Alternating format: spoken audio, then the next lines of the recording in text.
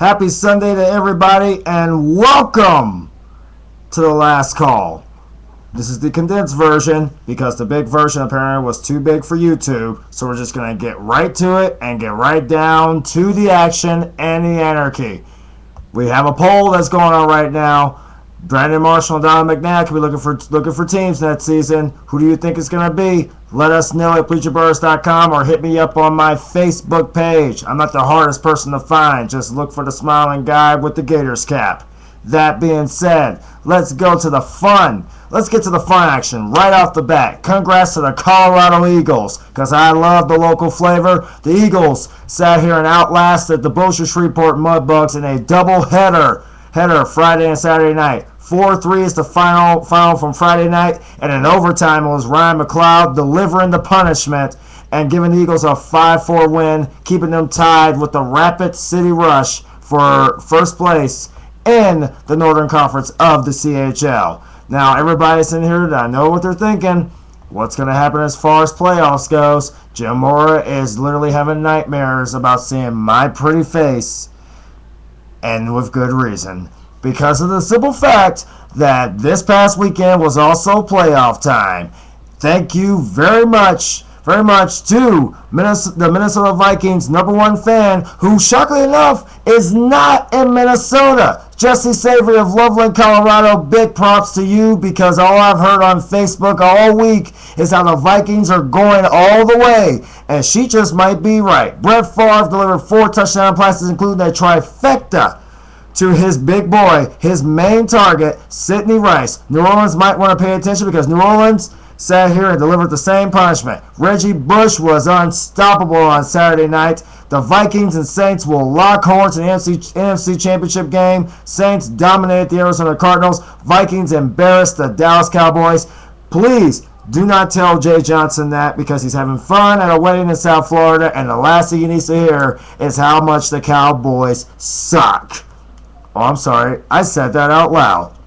Switching gears before we hit to the AFC, I want to send my own personal condolences, as well as the condolences on behalf of Bleacher Brothers and the cast and crew and members of the production staff here at The Last Call, to the family of Gaines Adams. Adams passed away early this morning of a cardiac arrest from an enlarged heart.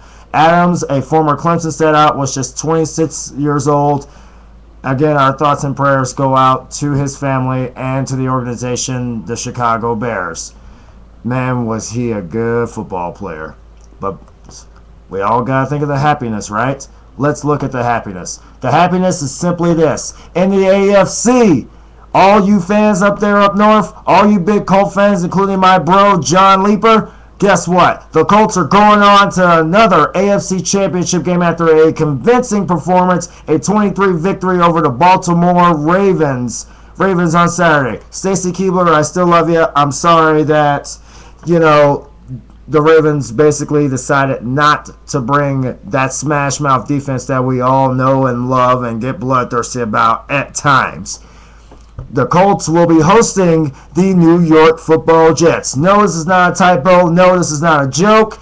April Fool's isn't for another 3 months, and apparently the biggest April Fool's was the San Diego Chargers. The Chargers apparently forgot the fact that they were in the postseason and figured, well, we'll try again next time we play them. No, not this year. This year, it was about the New York Jets, the underdogs, the only team out of the wild card round to survive the wild card round with a 17-14 victory over the Chargers. It is indeed the first time these two teams met since 2004, and it was the same result. Chargers, here's a message to you. Every year you get picked to win the Super Bowl. Every year you get picked to survive and make it to the Super Bowl, and every year you let everybody down and you choked. Sorry, but that's just the way it is. AFC Championship for next Sunday will be the Indianapolis Colts hosting the New York Football Jets. AJ, Nick, get your popcorn ready. Should be a very interesting game. On the NFC side, it will be Brett Favre and the Minnesota Vikings, led by their biggest fan J. Ray Savory, against the New Orleans Saints, Drew Brees, and those mighty, mighty fans down there in the Big Easy. One last little tasty tidbit for you, for all you wrestling fans out there. The 3 championship matches for the Royal Rumble have been officially set. Randy Orton, Ezekiel Jackson, and Rey Mysterio. Yes, that's right. Rey Mysterio will all get shots at their respective brands championships on January 31st at the 2010 Royal Rumble. Orton survived the fight a triple threat against John Cena and Kofi Kingston. Yes, the Jamaican sensation Kofi Kingston to make it to the big match against Sheamus, the Celtic Warrior and current WWE champion.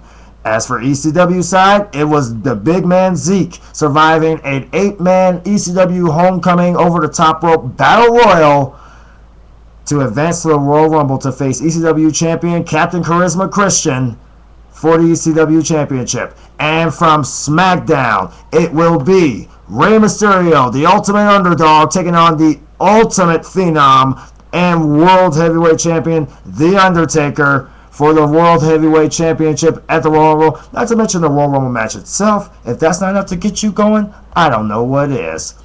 That being said, go to BleachBrothers.com to vote on this week's Bad Fish. Yes, it is the Bad Fish Award, the newest award to hit sports since, well, Lady Gaga finally duct taping her mouth shut and Kanye West actually thinking before he speaks. This week's nominees are Mark McGuire, Marvin Lewis, Gilbert Arenas, Bill Plaschke, and Lane Kiffin. If you want to know how they earn these honors, or in some cases dishonors, go to BleacherBrothers.com to check it out, scope it out, and place your votes. This week we will unveil the winner of the Bad Fish Award. Hopefully one of them will actually Twitter us and, well, accept the award on behalf of basically all the idiots out there that basically were before them and will most likely follow in their footsteps. All things considered, everything is perfect here. Big special thanks to Fred, the F-Bomb Rashani, for all the hard work he did for us to get this show ready. He's been calling, he's been texting, he's been Facebooking, he's Twittered, he's been helping us out, he's been promoting the site. We've also been doing the same. Good big shout outs to him. If you ever checked out his site, go check out his site, sportscourier.com. Real good site there. I wouldn't say it's about as good as the Bleacher Brothers, but then again, when you got Goliath versus Goliath, I think the two Goliaths are just going to win either way. And also, big props out to Sugar Shane Howard, who has been on top of the world. His radio show, Hit the Ropes Radio, for all you wrestling fans out there. If you haven't checked out that show, you might want to go and check that out soon, because that is a good show. It's a funny show. He just did his awards for 2009 earlier this week. It was actually pretty funny. I was laughing like there was no tomorrow, but that's just me. Also want to send shout outs, because frankly I know they're watching and I know that basically they weren't able to be with us tonight. AJ Johnson and Jay Johnson, my bros at Bleacher Brothers. Hope you guys are enjoying South Florida. I hate you and envy you right now because I am freezing again. Thanks and appreciate it. Also to Nick the Flick Martinez, enjoy that sunshine in South Florida. I'll try to send some more snow down you guys' direction so you guys can see how much I like those apples. All this being said, stay tuned for Tuesday Morning Quarterback later on this week. Don't forget to hit the website at BleacherBrothers.com. And if you don't know, now you know. This is where the action is. This is the revolution of sports reporting. It's so good that they even got me on camera. And I don't really have a good camera face. But all things considered, it's been great sitting here delivering the rapid recaps for you guys. Hope you guys have a great week. Happy Martin Luther King Jr. Day. If you have the day off, enjoy it. And all that being said, we'll see you guys next week right here in Fort Collins, Colorado, the new home of The Last Call. We'll see you guys next week. Have yourselves a great week.